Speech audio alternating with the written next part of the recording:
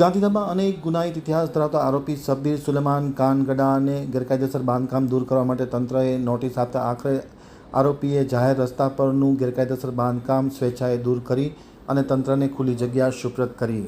હવે જોઈએ ગાંધીધામ આમતક ન્યૂઝ બ્યુરોનો એક વિસ્તૃત અહેવાલ. ગાંધીધામમાં ગુનેગારોના ગેરકાયદે બાંધકામ પર તંત્રની તવાઈ ઉતરી પડી છે. અનેક ગુનાહિત ઇતિહાસ ધરાવતા આરોપી શબ્બીર સુલેમાન ખાન ગડા દ્વારા કરવામાં આવેલ ગેરકાયદેસર દબાણ આખરે તંત્રએ દૂર કર્યું હતું. આરોપીએ જાહેર રસ્તા પર લોકો અને વાહનોને અડચણરૂપ બને તેવું 105 સ્ક્વેર ફૂટનું પાકું બાંધકામ કરી દીધું હતું. આરોપીને અનેક વખત આ ગેરકાયદેસર બાંધકામ દૂર કરવા માટે તંત્ર દ્વારા નોટિસ પણ આપવામાં આવી હતી, પરંતુ આરોપી કાયદાને ઘોડીને પી ગયો હતો. આખરે તંત્રએ કાયદાની લગામ ઉગામી હતી. નોટિસ પાઠવી દબાણ દૂર ન થતાં આખરે તંત્રએ દબાણ દૂર કર્યું હતું. પોલીસના બીકથી આરોપીએ સ્વેચ્છાએ દબાણ દૂર કરી નાખ્યું હતું અને સંપૂર્ણપણે જગ્યા કબજે લેવામાં આવી હતી.